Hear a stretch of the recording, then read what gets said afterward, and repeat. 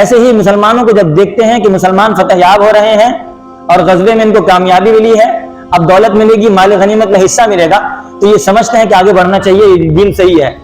لیکن جیسے دیکھتے ہیں کہ مسلمانوں کو پریشانی آ رہی ہے، مصائب آ گئے، حالات آ گئے، اب یہ رک جاتے ہیں، یعنی تذبذب میں پڑے ہوئے ہیں۔ اللہ تعالیٰ نے قرآن کریم میں اسی کو دوسری جگہ بیان فرمایا، مذبذبین بین ذالک لا الہ الا ولا الہ الا، یہ منافقین یہ تذبذب میں پڑے ہوئے ہیں کہ ہم مسلمانوں کے ساتھ ہو جائیں یا ان کافروں کے ساتھ ہو جائیں۔ اعوذ باللہ من الشیطان الرجیم، بسم اللہ الرحمن الرحیم۔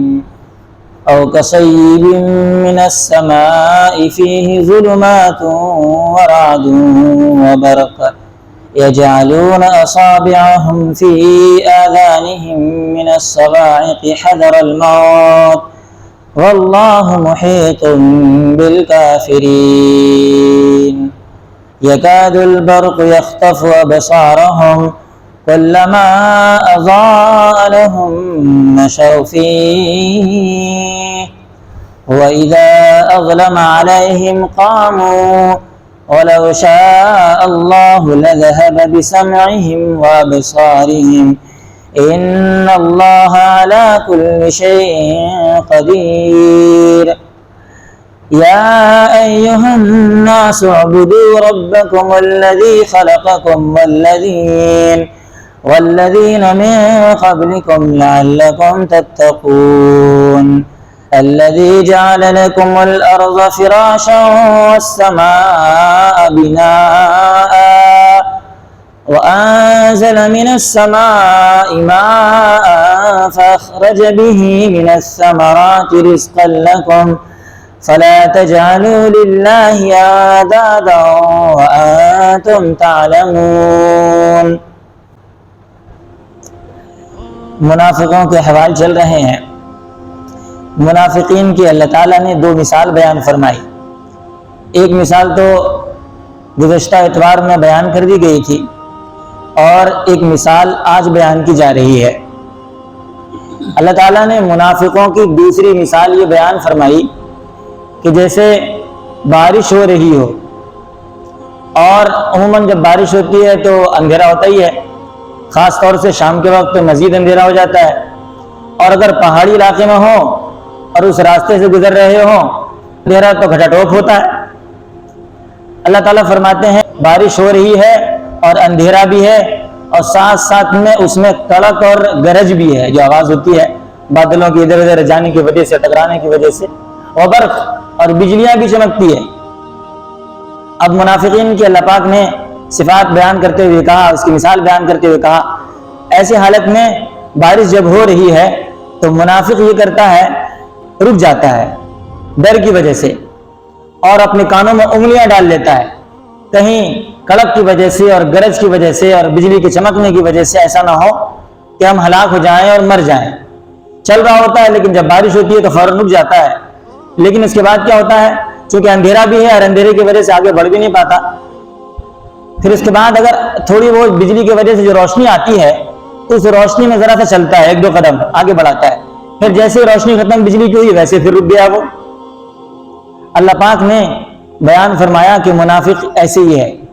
بارش کی مثال قرآن کریم ایک بارش ہے، اور قرآن کریم میں جو خاص طور سے کفر شرک پر وعید ہے وہ کڑک اور گرج ہے کہ اگر تم کفر شرک اختیار کرو گے، اللہ کی نافرمانی کرو گے تو سخت عذاب میں گرفتار کیے جاؤ گے، یہ کڑک ہے۔ اور آگے جو برق ہے، بجلی سے مراد اللہ تعالیٰ کی وحدانیت پر اور رسالت پر اور قیامت کے دن پر، ان چیزوں کے سلسلے میں قرآن کریم میں روشن دلائل ہیں، چمک ہے۔ لیکن یہ منافقین کیا ہے کہ یہ مکمل فائدہ نہیں اٹھاتے، کیا کرتے ہیں، کرتے یہ ہیں جس طریقے سے وہ ذرا سا روشنی ہوئی تھی وہ چلے، پھر روشنی جیسے ختم ہوئی ویسے پیچھے ہٹ جاتے ہیں یا رک جاتے ہیں۔ ایسے ہی مسلمانوں کو جب دیکھتے ہیں کہ مسلمان فتح یاب ہو رہے ہیں اور غزوے میں ان کو کامیابی ملی ہے، اب دولت ملے گی، مال غنیمت میں حصہ ملے گا، تو یہ سمجھتے ہیں کہ آگے بڑھنا چاہیے، یہ دین صحیح ہے۔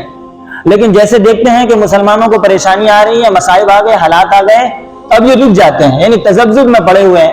اللہ تعالیٰ نے قرآن کریم میں اسی کو دوسری جگہ بیان فرمایا، مذبذبین بین ذالک لا الہ الا ولا الہ الا، یہ منافقین یہ تذبذب میں پڑے ہوئے ہیں کہ ہم مسلمانوں کے ساتھ ہو جائیں یا ان کافروں کے ساتھ ہو جائیں۔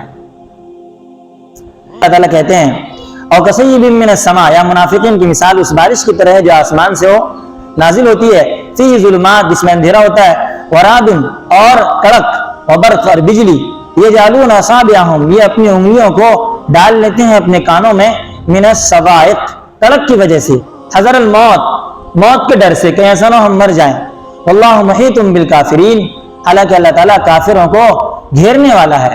محیط احاطہ کیا ہوا ہے علم کے اعتبار سے، قدرت کے اعتبار سے۔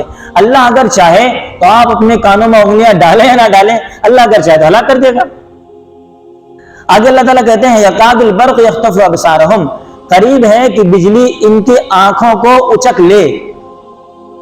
حکماء نے لکھا ہے اور اطباء نے پرانے زمانے کے کہ جس وقت بجلی چمک رہی ہو اس وقت بجلی کی طرف نگاہ نہیں کرنی چاہیے، ورنہ یہ اندیشہ ہے کہ آپ کی بینائی چلی جائے گی، آنکھ کی روشنی ختم ہو جائے گی۔ ایسے ہی حکماء نے یہ بھی لکھا ہے کہ جب سورج گرہن ہوتا ہے تو اس وقت سورج کو دیکھنا نہیں چاہیے، اس کو دیکھنے سے بھی آنکھ کی بینائی کے جانے کا اندیشہ ہوتا ہے۔ بہرحال اللہ فرماتے ہیں کلما اضاء لهم مشوا فیہ، جب ان کے لیے روشنی ہوتی ہے کچھ مشوا فیہ اس میں چل جاتے ہیں، ہلکا سے 2-4 قدم بڑھاتے ہیں۔ وَإِذَا أَظْلَمَ عَلَيْهِمْ قَامُوا، اور جب ان پر تاریکی چھا جاتی ہے قاموا تو کھڑے ہو جاتے ہیں، اب آگے نہیں بڑھیں گے، اور ایسا ہوتا ہے، کوئی یہ بات نہیں۔ وَلَوْ شَاءَ اللَّهُ لَذَهَبَ بِسَمْعِهِمْ وَأَبْصَارِهِمْ، اور اگر اللہ چاہے تو ان کے کانوں کو اور ان کی نگاہوں کو اللہ دونوں کو لے جائے، برباد کر دے، ختم کر دے۔ اللہ تعالیٰ قدرت ہے۔ ان اللہ علی کل شیء قدیر، بلا شبہ اللہ تعالیٰ ہر چیز پر کیا ہے؟ قادر۔ یہاں پر ایک بات سمجھیے، ایک اعتراض ہوتا ہے اور مشہور اعتراض ہے، پرانے زمانے سے ہر زمانے میں لوگ اعتراض کرتے آئے ہیں اور اس کا جواب ہمارے علماء نے دیا ہے۔ وہ یہ ہے کہ اللہ تعالیٰ کہتے ہیں کہ اللہ ہر چیز پر قادر ہے، تو سوال یہ ہے کہ کیا اللہ تعالیٰ اپنے جیسا بنانے پر قادر ہے؟ کیا اللہ تعالیٰ خودکشی کرنے پر قادر ہے؟ سوال ہے یہ۔ اور یہ ملحدین اس زمانے میں وہ کرتے آتے تھے اس طرح کی بات کہ اگر تم یہ کہو کہ اللہ تعالیٰ قادر ہے تو بھائی اللہ تعالیٰ اپنے جیسا بنانے پر قادر ہے یا اللہ خودکشی پر قادر ہے، تو پھر ہم میں اور اللہ میں کیا فرق رہ جائے گا؟ ہم بھی خودکشی کر لیں، اللہ بھی خودکشی کر لے، کیا فرق رہ جائے گا؟ اور اگر یہ کہو کہ اللہ تعالیٰ قادر نہیں ہے تو اللہ قرآن میں کہتا ہے کہ ہم ہر چیز پر قادر ہیں، کہ اللہ تعالیٰ ہر چیز پر قادر ہے، تو کیا اللہ خودکشی پر بھی قادر ہے؟ اللہ چوری پر بھی قادر ہے؟ اللہ تعالیٰ اپنے جیسے بنانے پر بھی قادر ہے؟ سوال۔ حضرت نانوتوی رحمۃ اللہ علیہ نے جب چوری کی بات آئی تھی تو انہوں نے جواب دیا تھا ان کو کہ بھائی چوری کی بات تو یا اس وقت ثابت ہوگی یا اس وقت مانی جائے گی، سوال ہوگا کہ چوری کہتے ہیں کس کو؟ چوری کہتے ہیں کسی کے دوسری ملکیت میں، کسی دوسرے شخص کی ملکیت میں آپ ہاتھ ڈالیں، کسی دوسرے کا سامان آپ اٹھا لیں، اسے چوری کہیں گے۔ پہلے یہ ثابت کریں کہ پوری کائنات میں اللہ کے علاوہ کوئی دوسری چیز ہے جو کہ مطلب کسی دوسرے کی ہو، کوئی ایسی چیز ہے جو اللہ کے علاوہ کسی کی ہو؟ ساری چیز اللہ کی ہے، تو پھر چوری کا سوال ہی نہیں ہوگا۔ اچھا، اب ایک مسئلہ ہوتا ہے کہ اللہ تعالیٰ اپنے جیسے بنانے پر قادر ہے کہ نہیں، یا اللہ تعالیٰ خودکشی پر قادر ہے کہ نہیں؟ یاد رکھنا چاہیے یہ جو کل کا لفظ ہے اس کے ترجمے سے لوگوں کو دھوکہ ہو جاتا ہے، کیونکہ عام طور پر میں نے بھی ترجمہ کیا عام طور پر کہ اللہ تعالیٰ ہر چیز پر قادر ہے، تو آدمی کو دھوکہ ہوتا ہے۔ عرب میں، عربی جملے میں کل کا لفظ جہاں استغراق کے لیے آتا ہے، تمام کے لیے آتا ہے، ہر چیز کے لیے آتا ہے، وہیں پر کبھی کبھی بلکہ عام طور پر ایسا ہوتا ہے کہ اللہ تعالیٰ یا عرب میں لوگ اس کو اکثر کے معنی میں بھی استعمال کرتے ہیں، بعض کے معنی میں بھی استعمال کرتے ہیں۔ امام رازی رحمۃ اللہ علیہ نے یہ بات لکھی ہے تفسیر کبیر میں۔ ہمارے پڑوسی ملک کہتے ہیں حضرت مولانا شیخ الحدیث سرفراز خان صاحب صفدر رحمۃ اللہ علیہ، بہت بڑے عالم گزرے، بہت بڑے عالم، انہوں نے لکھا ہے اس سلسلے میں کہ کل کا لفظ جو ہے یہ ہر جگہ استغراق کے لیے نہیں ہوتا، ہر جگہ تمام کے معنی میں نہیں ہوتا، بلکہ بسا اوقات یہ ایک عام کے معنی میں ہوتا ہے، بعض کے معنی میں ہوتا ہے۔ مثال انہوں نے دی ہے، جیسے ملکہ بلقیس ہے، اس کے بارے میں اللہ پاک نے قرآن کریم میں فرمایا وَأُوتِيَتْ مِن كُلِّ شَيْءٍ، ملکہ بلقیس کو ہر چیز دی گئی تھی، کل شے۔ اب ہر چیز کا مطلب کیا ہوا؟ کیا ان کو ملکہ بلقیس کو اللہ تعالیٰ نے نبوت بھی دی تھی، اللہ نے رسالت بھی دی تھی، اللہ نے کوئی آسمانی کتاب بھی ان کو دی تھی؟ اس لیے کل شے میں ہر چیز داخل ہے۔ اور اگر دیکھا جائے تو کیا اس زمانے کی ان کو ٹرین میں ملی تھی؟ ٹرین میں ملا تھا؟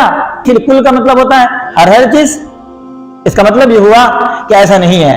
وَأُوتِيَتْ مِن كُلِّ شَيْءٍ کا مطلب ہے اس زمانے میں حکومت کرنے کے لیے جتنی چیزوں کی ضرورت پڑتی ہے اللہ پاک نے وہ تمام چیزیں ان کو عطا فرمائی تھی۔ ایسے ہی اللہ پاک کہتے ہیں اللہ تعالیٰ ہر چیز پر قادر ہے. اس کا مطلب یہ ہوتا ہے کہ کچھ چیزیں ایسی بھی ہوتی ہیں جو داخل قدرت نہیں ہے، جو محال ہے وہ تو داخل قدرت نہیں ہوں گی. اللہ تعالیٰ اپنے جیسے پر بنا دیں ایسا نہیں، یہ محال ہے بس نہیں. یہ اعتراض میں اس لیے بتا رہا ہوں اور اس کا جواب اس لیے بتا رہا ہوں کہ آئے دن پرانے اعتراضات لوگوں کے سامنے پیش کی جاتے ہیں اور طرح طرح کے نمک اور مرچ لگا لگا کر اس کو بنا کر پیش کریں گے. اس طرح کے اعتراضات ہوتے ہیں. آگے اللہ تعالیٰ فرماتے ہیں یا ایھا الناس اعبدوا ربکم الذی خلقکم والذین من قبلکم لعلکم تتقون. دیکھیں سورہ فاتحہ میں ہم نے اللہ رب العزت سے مانگی تھی اہدنا الصراط المستقیم، اے اللہ آپ ہمیں سیدھا راستہ دکھائیے، سیدھے راستے پر چلائیے. ہم نے مانگا، اللہ رب العزت نے سورہ بقرہ کے شروع میں ذالک الکتاب لا ریب فیہ ہدایت نامہ بھیج دیا، اس کی بشارت بھیج دی کہ ہم یہ کتاب تم کو ہدایت کے لیے دے رہے ہیں، اگر تم اس پر عمل کرو گے تو ہدایت یافتہ بن جاؤ گے. اب اس کے بعد اللہ تعالیٰ نے رکوع میں 3 لوگوں کا تذکرہ کیا تھا، 3 طرح کے، ایک تو پکے سچے مسلمان اور ایک پکے کافر اور ایک مذبذبین بین ذالک یعنی منافق. اب آگے اللہ تعالیٰ یہ کہتے ہیں ہم نے جو تمہیں ہدایت نامہ دیا ہے، اس ہدایت نامہ میں کیا کیا ہے وہ تفصیل اللہ تعالیٰ بیان فرماتے ہیں. عام طور پر اسلام میں جو بنیادی اصول ہے، اصل الاصول وہ 3 ہی ہے. پورے قرآن کریم کا خلاصہ وہ 3 ہے، ایک توحید اور ایک رسالت اور ایک قیامت. باقی جتنے عقیدے ہیں، جتنی چیزیں ہیں وہ سب اس کی طرف لوٹتی ہیں. اللہ تعالیٰ نے اس رکوع میں ان 3 چیزوں کا تذکرہ فرمایا ہے.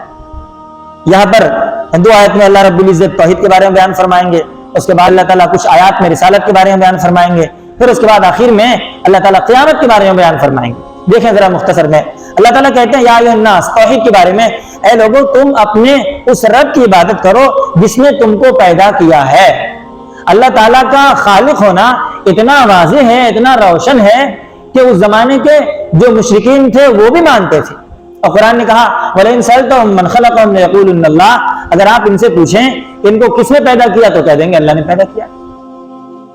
اللہ تعالیٰ کے وجود پر امام اعظم ابو حنیفہ رحمۃ اللہ علیہ نے بڑی اچھی دلیل دی ہے اور دہریوں کو دلیل دیا تھا کہ اللہ تعالیٰ موجود ہے اور پوری کائنات کو بنانے والا ہے. اور ایک کشتی کی مثال بیان فرمائی کہ دیکھو اب میں تمہارے سامنے کس بیان کرتا ہوں کہ ایک کشتی خود بخود بن جاتی ہے، اس کے بعد خود بخود چلتی ہے، ملہ بھی نہیں ہے، سواری کو لے کر جاتی بھی ہے اور لے کر واپس آتی بھی ہے، اس کے پیسے بھی وصول کرتی ہے. وہ دہریے کہنے لگے کہ ایسا کیسے ہو سکتا ہے، تم بیوقوف ہو امام صاحب، میں نے سنا تھا کہ بڑے عقل مند ہو لیکن معلوم ہوتا ہے کہ بیوقوف ہو. امام صاحب نے فرمایا تم لوگ بیوقوف ہو، جب ایک چھوٹی سی کشتی بغیر بنانے والے کی نہیں بن سکتی تو پوری کائنات بغیر بنانے والے کیسے بن سکتی ہے؟ اتنی بڑی کائنات، یہ آسمان، یہ زمین، پوری دنیا بغیر بنانے والے کیسے بن سکتی ہے؟ حافظ ابن کثیر رحمۃ اللہ نے لکھا فَأَسْلَمُوا عَلَىٰ يَدَيْهِ، امام اعظم حنیفہ رحمۃ اللہ علیہ کے ہاتھوں پر وہ مسلمان ہو گئے کیونکہ ان کے دلائل کا جواب نہیں دے پائے اور وہ مسلمان ہو گئے. حضرت مولانا رومی رحمۃ اللہ علیہ نے فرمایا چیزیں خود بخود چیزیں نشد، چیزیں خود بخود چیزیں نشد، آہن خود بخود تیغ نشد، کوئی چیز خود بخود چیز نہیں بن سکتی، کوئی لوہا بغیر کسی کے بنانے والے کے تلوار نہیں بن سکتا. یہ بات حضرت رومی رحمۃ اللہ نے فرمائی. بہرحال اللہ تعالیٰ کی خالقیت بالکل واضح ہے اور پوری کائنات کو بنانے والا اللہ ہے. اللہ تعالیٰ کہتے ہیں الذی خلقکم، جس نے تم کو پیدا کیا، والذین من قبلکم، اور صرف تم کو نہیں اور ان لوگوں کو بھی پیدا کیا ہے جو تم سے پہلے تھے. کیوں؟ لعلکم تتقون، اے لوگو تم اپنے رب کی عبادت اس لیے کرو تاکہ تم بچ جاؤ. کس چیز سے بچ جاؤ؟ جہنم کے عذاب سے بچ جاؤ. آگے اللہ کہتے ہیں الذی جعل لکم الارض فراشا والسماء بناء، جس نے تمہارے لیے زمین کو بچھونا بنایا ہے، والسماء بناء، اور آسمان کو چھت بنایا. یہ پوری زمین ہمارے لیے بچھونا ہے، ہم اس میں گھر بناتے ہیں، بلڈنگ بناتے ہیں، عمارت بناتے ہیں، دکان اور سب کچھ کرتے ہیں، بچھونے کے مانند ہے. اور آسمان ہمارے لیے چھت کے مانند ہے. وانزل من السماء ماء، اور نازل کیا آسمان سے پانی، بارش. اچھا اگر اللہ تعالیٰ بارش نہیں برساتا ہے، کون ہے جو بارش برسا دی؟ اللہ تعالیٰ نے قرآن میں فرمایا دوسری جگہ ما یفتح اللہ للناس من رحمت فلا ممسک لها، اگر اللہ تعالیٰ اپنی رحمت اتارنے پر آئے تو کوئی روک نہیں سکتا اور اگر اللہ نہ اتارنے پر آئے تو کوئی اتار بھی نہیں سکتا. اگر اللہ کہتے ہیں ہم نے بارش اتارا ہے، کیوں؟ فاخرج به من الثمرات رزقا لکم، کہ بارش کے ذریعے، پانی کے ذریعے ہم پھل نکالیں، پھل جیسے پیدا ہوتے ہیں. رزقا لکم، یہ تمہارے لیے رزق ہے. آگے اللہ تعالیٰ کہتے ہیں فَلَا تَجْعَلُوا لِلَّهِ أَنْدَادًا وَأَنْتُمْ تَعْلَمُونَ، تو تم اللہ کے شریک نہ بناؤ جب یہ بات سامنے آ گئی کہ زمین کو بنانے والا اللہ ہے، آسمان کو بنانے والا اللہ ہے، تم کو پیدا کرنے والا اللہ ہے، اور بارش اتارنے والا اللہ ہے، اور بارش سے غلے اور پھلوں کو پیدا کرنے والے اللہ ہے، تو پھر یہ کیسے ہو سکتا ہے کہ دوسرا کوئی معبود ہو؟ بس معبود اللہ ہی ہے، تم اللہ تعالیٰ کے شریک نہ ٹھہراؤ وَأَنْتُمْ تَعْلَمُونَ، درحال ہے کہ تم جانتے ہو کہ اللہ ہی سب کچھ پیدا کرنے والا ہے۔